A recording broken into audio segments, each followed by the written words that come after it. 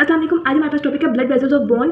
इसमें सबसे पहले हम ब्लड सप्लाई पढ़ेंगे और उसमें आर्टीरियल सप्लाई है हमारे पास। तो हर लॉन्ग बोन में एक न्यूट्रेंट आर्टरी जरूर होती है और न्यूट्रेंट आर्टरी हमने पीछे पढ़ा कि न्यूट्रेंट फोरामेन के थ्रू बोन के डायफाइसिस में एंटर होती है, तो इसीलिए न्यूट्रेंट आर्टरी को डायफिजियल आर्टरी भी बोला जाता है। इसके अलावा कुछ स्मॉल वेस्कुलर फोरामिना भी होते हैं जिनके थ्रू मेटाफिजियल आर्टरीज, एपिफिजियल और पेराओस्टल आर्टरीज अंदर एंटर होंगे बोन में। ये जो टॉपिक है ये इंपॉर्टेंट लॉन्ग क्वेश्चन के तौर पर भी आता है। अब हम आर्टरीज की नेक्स्ट डिटेल देख लेते हैं। अच्छा, तो न्यूट्रेंट आर्टरी, अब इसको आप डायग्राम से समझें। डायग्राम में देखिए ये जो न्यूट्रेंट आर्टरी है ये न्यूट्रेंट फोरामेन के थ्रू मेडुलरी कैविटी में आएगी और इस तरह ये दरमियान में कोई ब्रांच नहीं देगी। मेडुलरी कैविटी में आकर ये असेंडिंग और डिसेंडिंग ब्रांच में डिवाइड होगी। असेंडिंग ब्रांच यानी कि ये दोनों जो ब्रांचेस होंगी ये अपर और लोअर एंड तक जाएंगी, ठीक है। तो अब ये जो असेंडिंग ब्रांच है ये डायफिजियल एंड तक जाएगी, यानी मेटाफाइसिस से नीचे तक, ठीक है।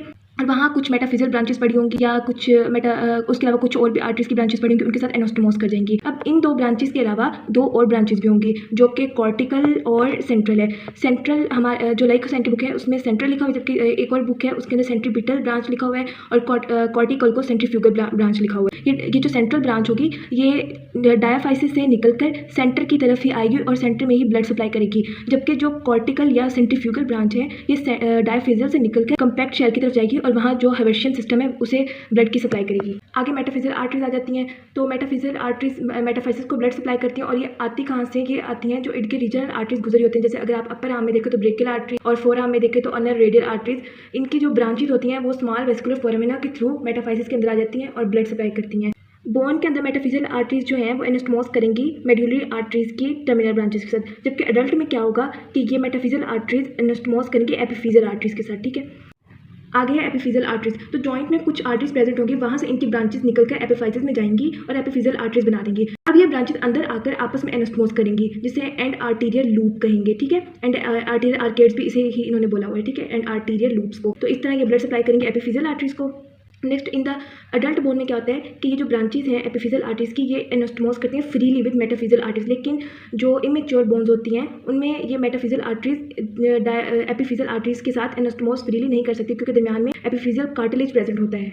आगे पेरियोस्टल आर्टरीज। तो बोन के जो मसल्स प्रेजेंट होते हैं वहाँ आर्टरीज ब्लड सप्लाई करती हैं। उनमें से कुछ ब्रांचेस बोन की पेरियोस्टम तक आती हैं और वहाँ आके प्लेक्सिस सा बना देती हैं और पेरियोस्टम को सप्लाई भी करती हैं। इसके साथ साथ कम्पैक्ट बोन में एंटर होकर हर्वेशियन सिस्टम को भी सप्लाई करती हैं। ये पेरियोस्टल आर्टरीज जो हमने अभी बात की कि पेरियोस्टम तक आकर एक प्लेक्सिस सा बनाती हैं और साथ हर्वेशियन सिस्टम को भी सप्लाई करती हैं और पेरियोस्टम को भी सप्लाई करती हैं ब्लड। इसके अलावा ये मेटाफिजियल आर्टरीज हैं और ये एपिफिजियल आर्टरीज हैं।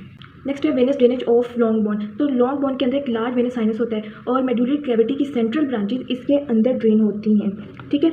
और इसके अलावा ये जो सेंट्रल वेनस साइनस है ये आउटवर्ड ड्रेन होगा न्यूट्रिएंट फोरामेन के थ्रू। इसके अलावा पेरियोस्टियम में वेनस प्लेक्सिस मौजूद होता है जो कि पेरियोस्टियम साइड पर मौजूद मसल्स के वेन्यूज में ड्रेन होता है। इसके अलावा मेटाफाइसिस को मेटाफिजियल वेन और एपिफाइसिस को एपिफिजियल वेन ड्रेन करती है।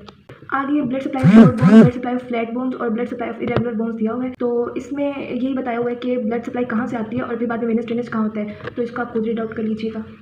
आगे बोन इंजरी एंड रिपेयर। तो इसमें फ्रैक्चर आ जाता है। फ्रैक्चर क्या है? Break in continuity of a bone, ठीक है। इसके अंदर अब क्लोज फ्रैक्चर भी आता है, ओपन फ्रैक्चर भी आता है। क्लोज फ्रैक्चर में क्या होता है कि fracture which does not produce an open wound in the skin है, जिसपे स्किन पर कोई इफेक्ट ना पड़े, जबकि ओपन फ्रैक्चर में क्या होता है कि स्किन पर इफेक्ट होता है। तो इसकी मैं आपको डायग्राम दिखाती हूँ। आगे हीलिंग ऑफ अ फ्रैक्चर। तो जब बोन में इंजरी होगी तो जो उस जगह पर ब्लड वेजल्स होंगी वो डैमेज होंगी जिसके नतीजे में ब्लीडिंग होगी।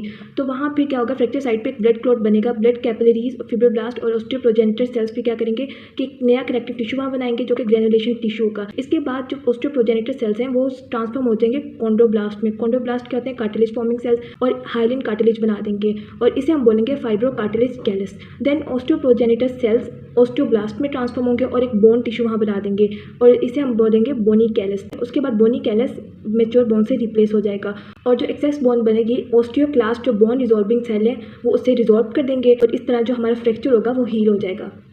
चैप्टर में 3 का लास्ट टॉपिक है कार्टिलेज। तो कार्टिलेज क्या है? एक स्ट्रॉन्ग लेकिन flexible semi rigid connective tissue है जो कि मैकेनिकल स्ट्रेस को बेयर कर सकता है, शॉक अब्जॉर्बर के तौर पर एक्ट करता है, मैकेनिकल सपोर्ट प्रोवाइड करता है। और जो कार्टिलेज के सेल्स हैं उनको कॉन्ड्रोसाइट्स बोलते हैं, जबकि जो बोन के सेल्स हैं उसको हम ऑस्टियोसाइट्स बोलते हैं। और ये नॉन कैल्सिफाइड होता है जबकि जो बोन थी वो कैल्सिफाइड थी। इसके अलावा जो कार्टिलेज है वो एवेस्कुलर है, यानी इसके अंदर ब्लड वेजल्स नहीं होती, जबकि जो बोन थी उसके अंदर ब्लड वेजल्स वगैरह प्रेजेंट होती थी। मैं आपको कार्टिलेज और बोन में डिफरेंस का टेबल दिखाती हूँ।